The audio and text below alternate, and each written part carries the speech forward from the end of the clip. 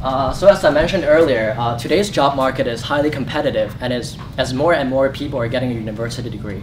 But don't feel intimidated because the system is beatable if you know how to play this game.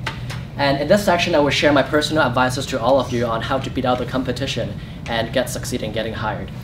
There are a lot of things to watch out during the whole job application process, but the most important thing I think would be how standout you are.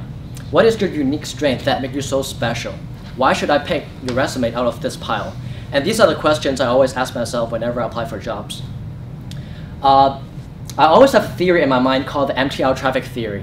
So for those of you who are from Hong Kong, you know that the most popular transportation there is the MTR.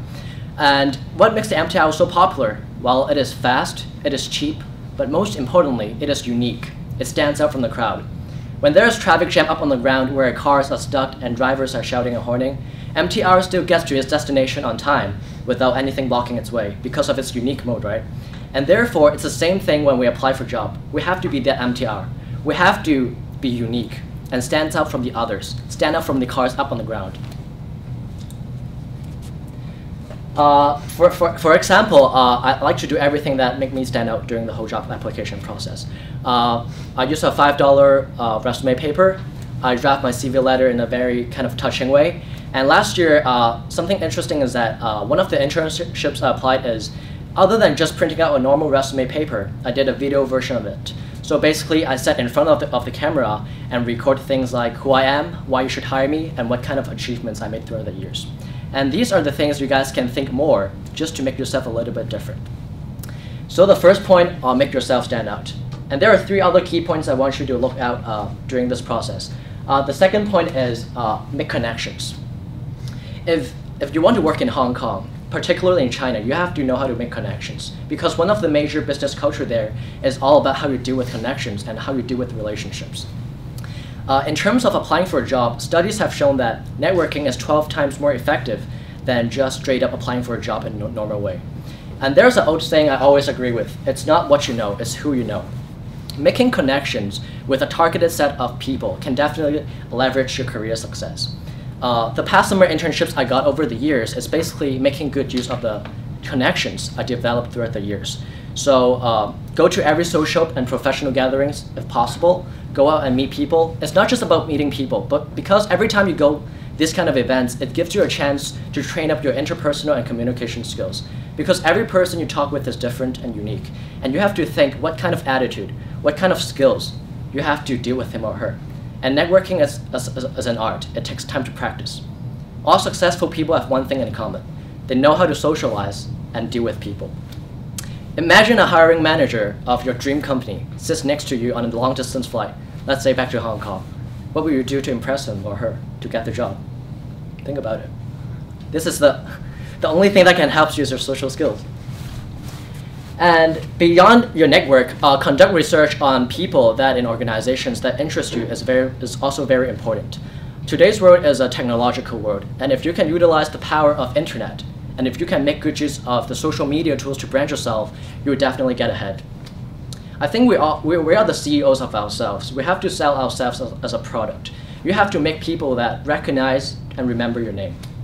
So just register for LinkedIn if you don't have, brush up your Facebook profile, or even start a blog, just like what I did, just to establish your brand online and show to the world what's best inside you. Because there's always people coming across your profile every day, and you never know what great thing's going to happen. How successful do you think entrepreneurs like Richard Branson or Donald Trump would be if nobody knows who they are? Every time they launch a business, they're not just promoting the business. They have been promoting themselves because they know that in order to be successful, they need to brand themselves first, and all else will follow.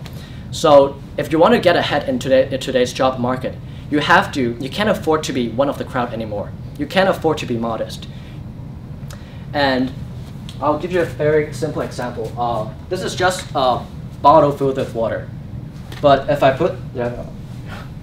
you put the label back, it just changes everything. And that's just the power of personal branding. Be the water with the label.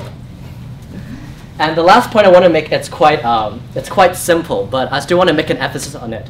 Make sure you have enough experience, because every employer looks for experience in every job candidate. What the school teaches you, it's pretty much the things inside the box. It's all about the basic principles. But you just can't apply to the workplace with what the book teaches you, because the problems we face every day is different and new, and you just can't refer to the books because the answers may not be there. And if you want to be indifferent, if you want to be successful, you need to think outside of the box, think beyond the books, and gain more real-world experience. And the experience I'm talking about can be divided into school activities, volunteer work, and school projects.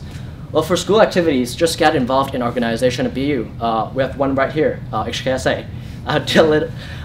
Clubs like ours can really provide you a platform to become a leader, because we basically operate as a company. We have positions from treasurer to PR officer to president, and you will be exposed to a wide range of tasks that will equip you with the necessary skills and knowledge to succeed in your future career. And also get involved in volunteer work, because employers just don't want to see you do everything just for yourself. They want you to care things around you. They want you to be a global and responsible citizen. So get work in some NGOs, and if you're not sure what kind of NGOs to work for in Hong Kong, you guys can talk to me. I'll give you some recommendations afterwards. And last one is school projects. Utilize school projects to your advantage. As an SMG student, I get involved in a lot of team projects, and I think it is really useful because by knowing how to communicate and working effectively with people, it definitely helps you out in your future career, because what you face in the future workplace will be exactly the same. So start early. And in conclusion, getting your dream job is not as hard as you think. You have to be smart, but not hard. You have to have a lot of passion and positive throughout the whole process. And one last piece of advice I want to give to you is that I always tell people, before you apply for any jobs, just think. Think about if it is something that you want to do. I have a lot of friends that, oh, I want to work in iBanks. I want to work in big firms because I can get rich faster. Well, there's no doubt money talks in Hong Kong. But you really have to ask yourself, do you really want the job? Do you really want what the job actually is? I mean, working in some big four or iBanks may sound great. Well, I want to be CEO. CEO just sounds right. But there's also the responsibility of the job. There's also the reality of the job. I can tell you one thing. All successful CEOs want to be CEO not because they want to, but because they can use the leadership role to make something different, to make something happen. So find the value of what you want to do. Just force yourself a little bit in recognizing that self-awareness. What kind of person you want to be in the future. What kind of life you actually want to lead. So do something that you like, because if you don't, you won't have passion in it, and that you definitely won't succeed in getting hired. Or even if you do, you won't succeed in your future career. So do something that interests you, something that you're very passionate about, and success and money will follow along. Thank you very much. And we're going to stop here and open up to any questions that you may have.